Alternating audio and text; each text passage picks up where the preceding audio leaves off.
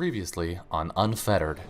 With all due respect, Grand Admiral, it is not for you to decide. When you took the mantle of Grand Admiral, you took on a responsibility, and that responsibility is greater than your vendetta.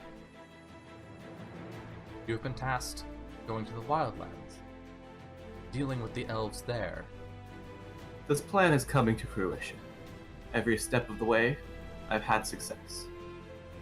If you can't see patterns, there's really one place left for me to go. Want as few people in the crossfire as possible. Next place we're going is not going to be as fun. At this point, I'm going to slide the dragon wide over, and I'm just going to get like a hand of like a dragon head. Now, Toledo, the agreement, you'll uphold it. I will, so long as it serves Fate's interests. And your end? Well, I'll do the best I can. What if instead, in a sense, you decided to be cursed? Yeah, we see Constance, like, disperse into electricity, and we see this glow light up in the midday sun the entire dockside, and then we cut to credits.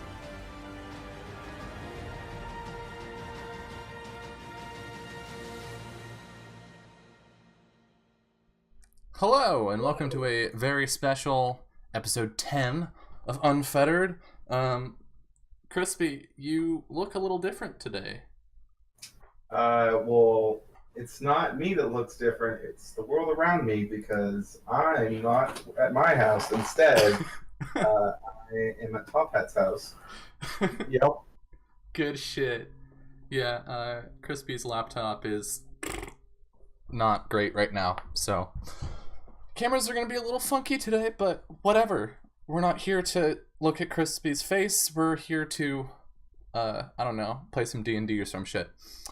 So Top Hat, how are you, dude? I'm tired. I went on a hike today. Ooh. It's hot outside. Fun fact, the sun produces heat. Unfortunately, yeah. I kind of wish it didn't, but, you know, can't win everything. This is weird because, like, he's right behind me, yet I'm still using a camera to look at him. I know, right? Like, it's funny because so looking at the stream, you know, the two of your faces are separate enough that I can absolutely just, like, look between the two cameras and it makes sense.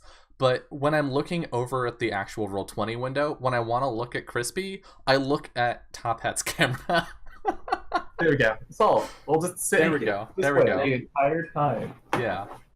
And we have... It's really weird seeing yourself in someone else's camera. I really like this angle for you, though, Crispy, because the light behind you, like, gives you a bit of a glow. It's nice. How is the fountain god? Deific Albert Vessinger. Yeah, my week has been, a week.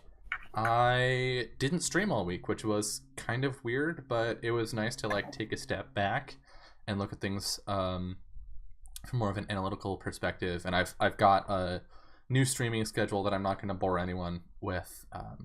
That I'll be announcing that on Twitter later tonight. But yeah, I'm excited to enter sort of like a phase 2 for the channel here. That will hopefully open up more room for me to stream more consistently and possibly, I don't know, run a second RPG show. So yeah. But don't get your hopes too high. If I'm gonna do that, I still need to put a party together. So this is not an announcement. That's a teaser of a teaser. You heard it here. Me and Crispy are doing another 2-person show. Oh god, no. Okay. I mean, Unfettered is all the 2-player RPG that I need in my life. This shit is intense. Right. 8-player RPG. Oh god. You'll never get to talk. No, I can never win. Yeah, that's like 2 normal campaigns. 5-player campaigns. Oh yeah. So, yeah, that's been my week. That and my I've been helping my mother out a lot because she broke her leg, and so that makes life difficult. So it was good to take a week off to be able to help a bit more. But yeah, I think that's all I have to say. Crispy, do you have anything you want to say before we start playing some game? Well, do you have anything to say that people actually care about? well, I mean, if that was a classification, I don't know why you kept on talking for so long. Ouch. All right, I'm just gonna assume at this point, because you haven't jumped in with anything, that we're done with shoutouts, which is nice. We're only like 4 minutes Wait, in. we're shouting out? Shut up. Bye. So, our session today opens on a familiar figure, one that we have not seen extensively for quite some time. That being Malachi Kent. Oh, and actually, since we have some new people in the chat, I'm just going to completely interrupt myself and let you know that if you go to bit.ly/unfettered, you can look at our character journal, and all of the NPCs are there. So it's a really good resource for trying to keep track of stuff if you're new to the stream and you're unfamiliar with some of the characters. So back to our beginning of the episode cutscene. When our previously on thing ends, we open on Malachi Kent, and it is dark out, and his face is lit. We've got like this close-up shot of him. His face is lit by fire, and as we pull back from him, he draws his saber from the chest of an elf and lets their body just drop to the ground. Then he flicks the blood off and sheaths it and turns, and we can see that there's a village behind him in flames. And a soldier walks up to him and says, "Sir, we've found something. You should see this." And Malachi silently arches an eyebrow and follows. And we follow them through this town that is fortunately dark enough that we can't get a full image really of the carnage, but just bits and pieces here and there, blood splashed across the walls, roofs caved in, and it's clear, given the backdrop of the jungle and forest, that this is in the wildlands. And Malachi walks to a stone archway that appears to have had some kind of door, or a stone slab sealing it shut, that has since been blown open with some kind of explosive. And he enters this sort of like cramped stone block hallway. And the sound of the fire and the carnage dies down and is replaced by this sort of gloomy ambience. He keeps walking and enters a somewhat wider chamber with a stone altar in the center. And on the altar is a brass cymbal. He turns to one of the guards. "Have you touched anything?" No, sir."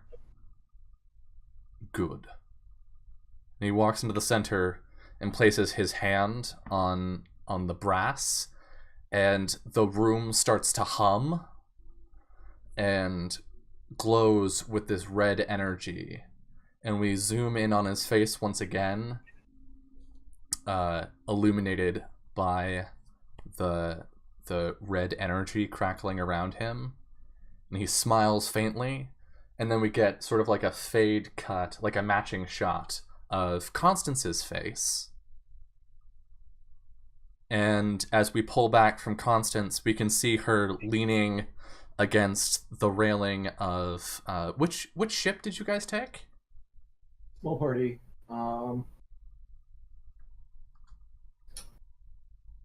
That's a good question. Are we on? We might be on the Pleasure Palace. Going Yeah. to the dragons? Yeah, It could be the Storm Singer. I mean, that would make but sense. we want it in the shop being repaired. Right. Probably Yeah. the Pleasure Palace then. Okay. Or So Black Sheep. For reference for the audience, we are now making eye contact not through our cameras, but through the mirror in my room. Any way that's not direct eye contact. of course. That would be too Um, convenient. So we So see you see me look Constance. this way. That's what I'm doing. We see Constance leaning on the railing, or actually maybe, yeah, you're like out on the front, because the Pleasure Palace is a skiff, right? So there's this back area that you can sit in, and then there are stairs down into the cabin area, but you can walk on top of the cabin out to the front of the boat. And so Constance is sitting toward the front of the boat, looking at her hands as green electricity that we can recognize from the previously cursed Leviathan's Descent, crackling between her hands. And behind her, Albert is approaching. What do you do? What's up now? Constance. Vessinger? Well, are you done reminiscing, or are you ready for this, potentially suicide mission? Of course, of course. I mean, it's just dragons. How big could they be? Just dragons. What?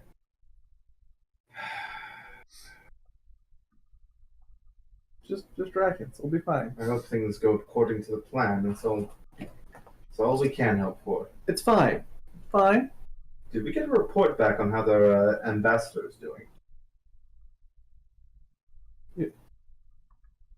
Well, funny about that. The people we sent to spy, yeah, they didn't come back. You'd think dragons would be large enough they wouldn't care for one or two people. Yeah, that's the goal. I like kind of look back and like there's like fishing nets on the side of the side of the Pleasure Palace now, like. Or 3. So that leads me to my next question. Which of your troublemakers have you brought with you?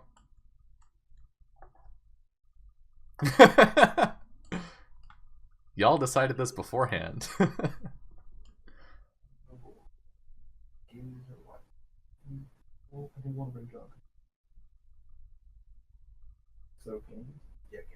Gamsies. Nice. Our side is done. This is like watching a movie that can only find about business that can only find excitement by having people talk behind their hands.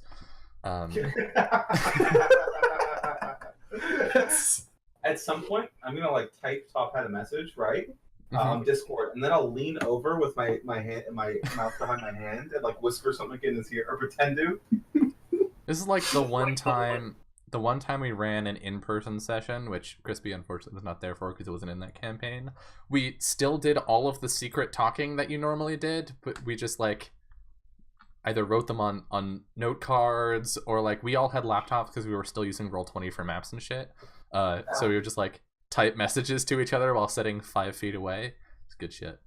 Everyone continued to do all the distracting things they did while online, such as shop for bras. Yeah, good times. Yeah. So you look over to the end of the boat where Gumsees is sitting with the rudder steering the Pleasure Palace, and she like smiles sort of nervously and gets back to looking around, and we can see now, like we pull back maybe, and we can see that our heroes are approaching a collection of floating islands that are imposing, to say the least. As you can see, there are several large mountains toward the back, but also like where they're flying through, the edges of these islands, rather than just being, crumbling geography like they would be elsewhere, are carved into statues of fearsome monsters and guardians. Okay, no, we just throw a grappling hook around it, and we just take it with us. That's the worst idea I've ever heard you recommend. Congratulations. I'm appalled. Gamsius speaks up from the back. Yeah? Captains, I think...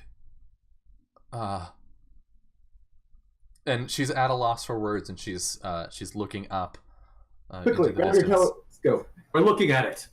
Neither of us has the wisdom to see it. What are you talking about, Gamsies? All I see are clouds. Roll perception. No. You don't have to roll perception to see a fucking dragon. Okay. Which is precisely what you're going to see. An enormous, maybe like, 100-foot long, sort of golden-ish metallic dragon is flying alarmingly fast toward your boat. You see Vessinger's kind of got his telescope out. It's like within eye range. It's like, well, it certainly has some very smooth scales. Yeah. He's got like the telescope out, is like pulls it back, and the dragon's just like right in front of our ship. Mm-hmm. We come in peace. I don't think we can declare war on a single being. But I feel like we would have to. Yeah, so the dragon approaches, and as it draws nearer, it bellows toward you, "Halt your advance."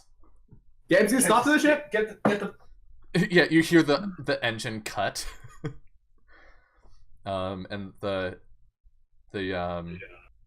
boat sort of like starts to fall a little bit, and then Gamsies swears in Primordial and turns the engine back on, but holds it in idle. I think like the ship starts to drop, and then like me and Vessinger stay where we were. Yeah. Oh wait, and just float back down. The dragon, comes near, probably within let's say 20 feet of the boat, and stays above you, so it has the advantage. And as its mouth moves, you are greeted to just rows upon rows of sword-length fangs. I am Etlu, god dragon of the bronze sword. What brings you to Dragonhold? We have a diplomatic mission. We wish to offer a proposition towards your kind, if I may be so bold. We may be so bold. You're dragony dragoness. There's a huff from the dragon, and a small plume of flame boils out of its mouth. I cannot speak for Dragonhold, but to protect its borders.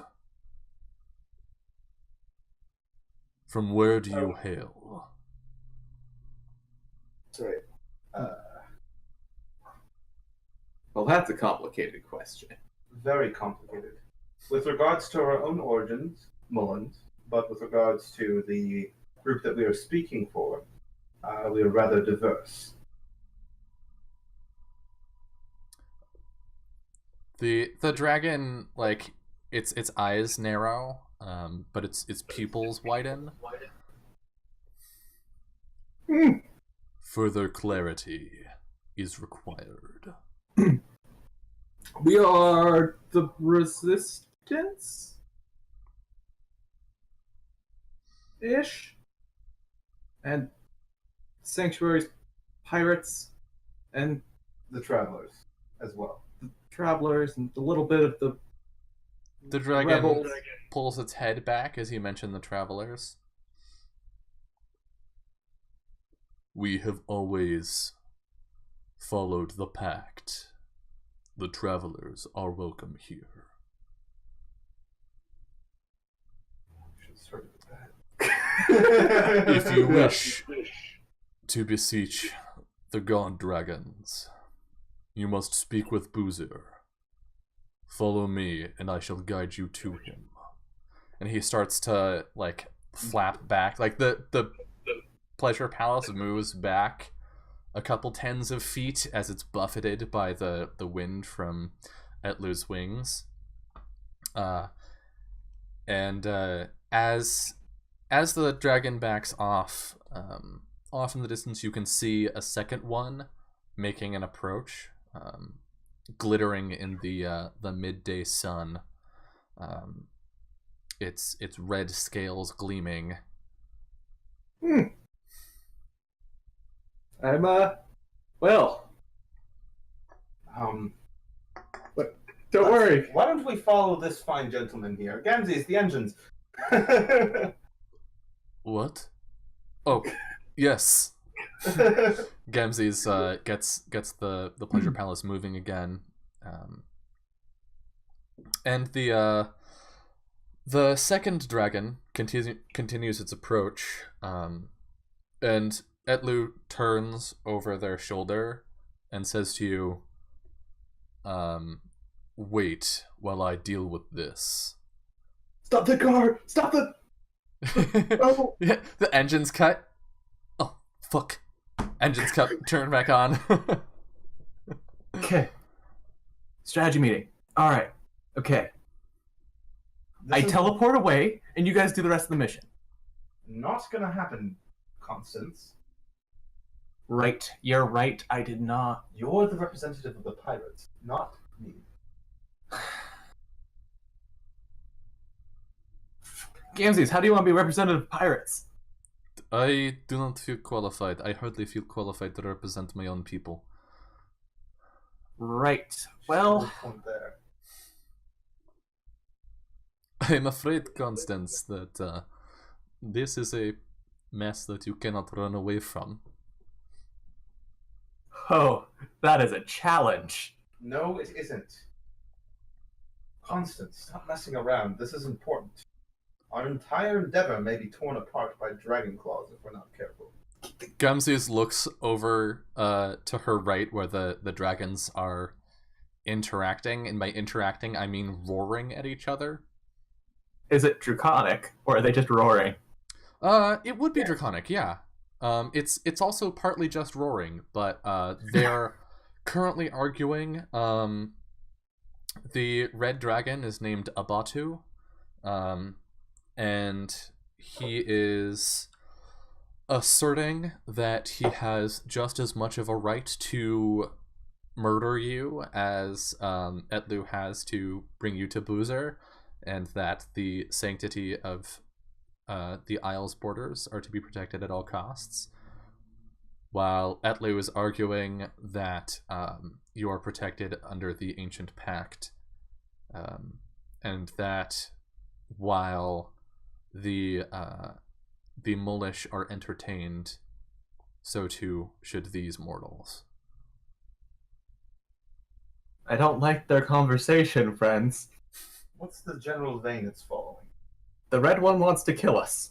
Well, I just like look back at the arguing. Gamzees looks over the side of the boat. So you survived that, right? Yeah. I cannot promise the same for you. However, I will be fine. You have wings, so they'll know to chase you. Okay. Well, So backup plan? I'm relatively confident in my ability to survive the... MZs, when we make it back to mainland, remind me to ask Mabel to figure out how to make teleporting ships. I would love to promise that I will remember this request, but at the moment I'm slightly worried that I will forget all of this in order to stay sane. You know, those are gods, right?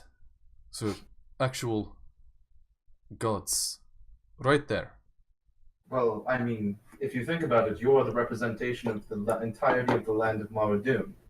I've talked to it. It's And pretty chill. It gave me a sword. you've got multiple representatives of the entire land of Maradoon. How fortunate we are. The entire starboard side of the ship is illuminated by a gout of flame.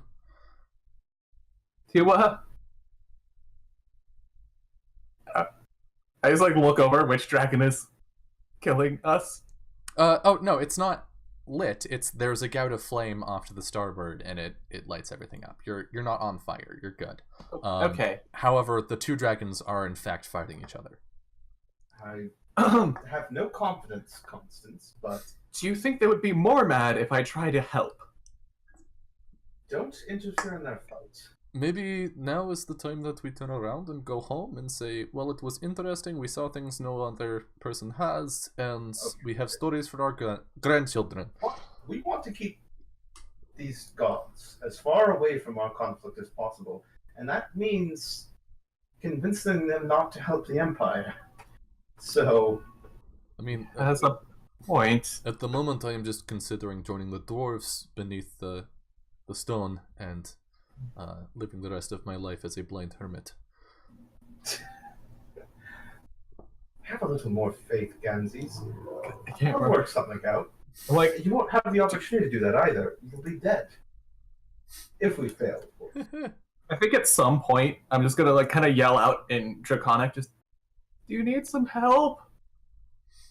There's a fountain of blood that comes from the neck of the red dragon, and the Etlu pushes Abatu away from him and roars as this red mist slowly filters down into the arcane below you, and Abatu shrinks back and roars as well, but Etlu has won the conflict. Well, That's reassuring. yeah. That's a word you could use for it. I uh, look at the mist going down. Do you imagine how much money that's worth? Can you imagine what will happen to it when it hits the arcane?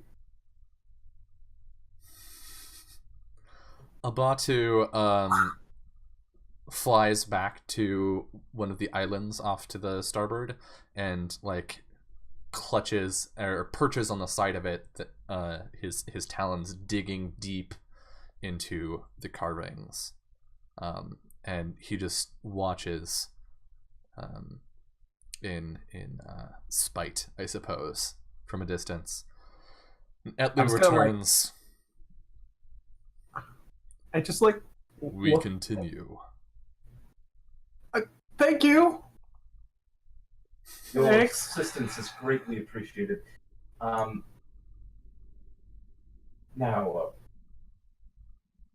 what happens next? Etlu just starts flying away. All right, Alright, follow, please. Don't make us here with the red one. As we're flying by, if Vessinger kind of does a small half bow, the red one, tip of the hat, Yeah. You can see now as you draw closer to the edge of one of the islands that there are people up on them. People that you would recognize as Dragonborn, despite not having seen probably very many in your lifetime. But they're you see people gathering at the edges and between the statues and monuments to watch you fly by. well, this is certainly an experience. Yeah, it'll be fine. It'll be fine. And Fine. you continue following Etlu into the Draconic Isles, and after some quantity of minutes, probably like 15, 20, you approach a large golden palace floating within the arcane, just seemingly of its own accord. Good. Massive towers flying, hundreds of feet into the air. Don't suppose he's able to teach me how to do that. And this enormous vaulted archway. Before the entrance, there's a small dock, and you can see there that there are already a few ships flying Imperial colors. Now remember, Vessinger. Game face. No. It is your job. It is your job to make sure I don't light those ships on fire. I'm pretty sure that's Gamzee's job. Gamzee's? No, do not give that job to me. I will light them on fire myself. Gamzee's. We participated in the holy rite of combat. Nose goes, and you lost every single round. There's a reason you're on the ship and not safely on the Stormsinger. She crosses her arms and does like the little anime pout, but like a puff of flame comes out. I'm not taking responsibility for diplomacy and keeping track of Constance. That's far too many jobs. Etlu lands on the or at the entrance to the palace with a rumble, dust shaking loose from various locations, and like the dock creaks ominously. Holy shit. I guess we'll just pull up here. This is where we should land? Etlu nods. Okay. For sure it's not on the landing area that's not the giant floating gold palace of Scary? Of course it's the giant gold palace floating in the sky. Okay. You wish to speak with Boozer, correct? Yes! Of course. And might I ask which direction we would find this wonderful person? This distinguished... Within the Palace of Majesty. Excellent. Good. Thank you for all your help. I guess we'll like pull off the boat and all file off. Yeah. So you come into the small dock, and you can see there are a handful of Imperial Marines hanging out on each of the decks, and they are watching all of this with a discerning eye. I think I'm just gonna like turn and wave to them, like, hi! Yeah. Vessinger salutes. They sort of scowl back. How much do we mess with them? Well, I mean, being invited as guests is the biggest insult we can muster. Well, I mean, this. Let me just open up my spell list just now. Chris, how much do we mess with them? Gamzees begins tying up the boat. Oh, right, you're supposed to tie the boats up. Yes, and then you're supposed to untie them before you leave. Only 3 times! Third time's the charm. I have faith. Wait, 4. Well, Forgot about Leviathan's descent when we left. Constance. Okay, well, I think we'll start to walk. Is the bronze dragon waiting for us? Yeah, Etlu is still standing at the entrance. right. And he reaches probably like if you were to pull his neck up, he would probably get close to the top of this enormous archway. Well, so you're a dragon. How? can't just say that. Wait, but Zerai will guide you, he says. And he like snakes his head down, and you can see a dragonborn in, I don't want to say modest robes, because nothing here really is modest, but not opulent.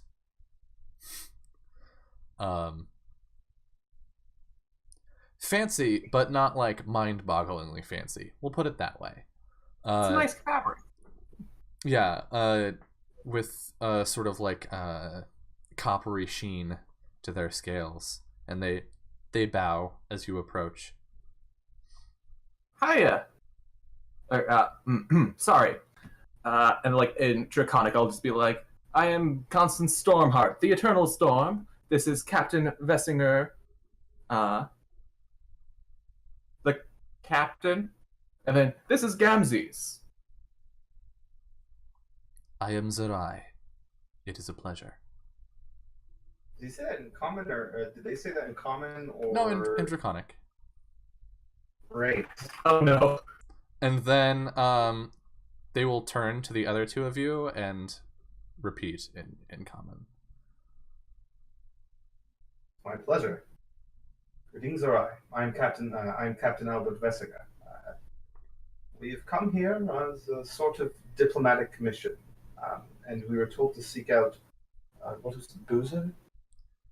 You are here to speak with the god dragon of the Golden Anvil. Yes. Yes. Just turn. We're fucked. Very well. Please follow me. Thank you. All right. This is a wonderful floating mansion your wonderful god dragon has here. It is the Palace of Majesty. It has stood as long as Hersagul. And like as you walk down this hallway, like the floors are carpeted with like gold weaved silk carpets, and the walls are just like black marble inlaid with intricate gold. There are a couple statues made purely of silver. You know, the sheer amount of wealth around you is mind-boggling. In your entire lengthy lives, you have not seen this much wealth. Like, Vessinger immediately shoots a hand out and like grabs Constance's collar and like brings her in close. Don't do anything. When did you learn to read minds? I don't have That's to my read your thing. mind. My thing. Stop it. Yeah, Gamzes is looking around, and I guess here's a question for you that may or may not become important. I'm just asking, you know, out of the blue for no reason. Do you have any weapons on you? I wouldn't. Yeah, no. I'd have my saber. Yeah, rapier. Okay. That's our customs. If they tell us to take our weapons off, we'll take our weapons off. Yeah, I feel like they would have asked if. Mm-hmm. Yeah, so we see Gamzes with like her new blades attached to her arms, sort of like, you know, occasionally rolling her shoulders and looking around uncomfortably. And after maybe 5 minutes of walking through this palace, Zerai takes you to these, you know, truly gargantuan doors that are, you know, solid gold, but carved with the relief of, what is it? Let me just do some counting. 10 intertwining dragons. I want it to be known now that I would have anchored the ship. Okay, so you have an anchor set to the Pleasure Palace, and Yes.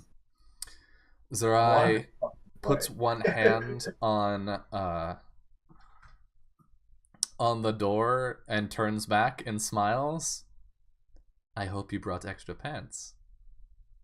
And then pants. pushes on the door, and I think we should take our first break here, as we are on the hour. Uh-huh. So yeah, we're gonna get to meet some more gods in about 5 minutes. Also, I just want to say thanks to Throck Plays Poorly for the host, and I hope you guys will stick around as we come back from our break and hang out with some dragons. So yeah, see you in just a couple minutes.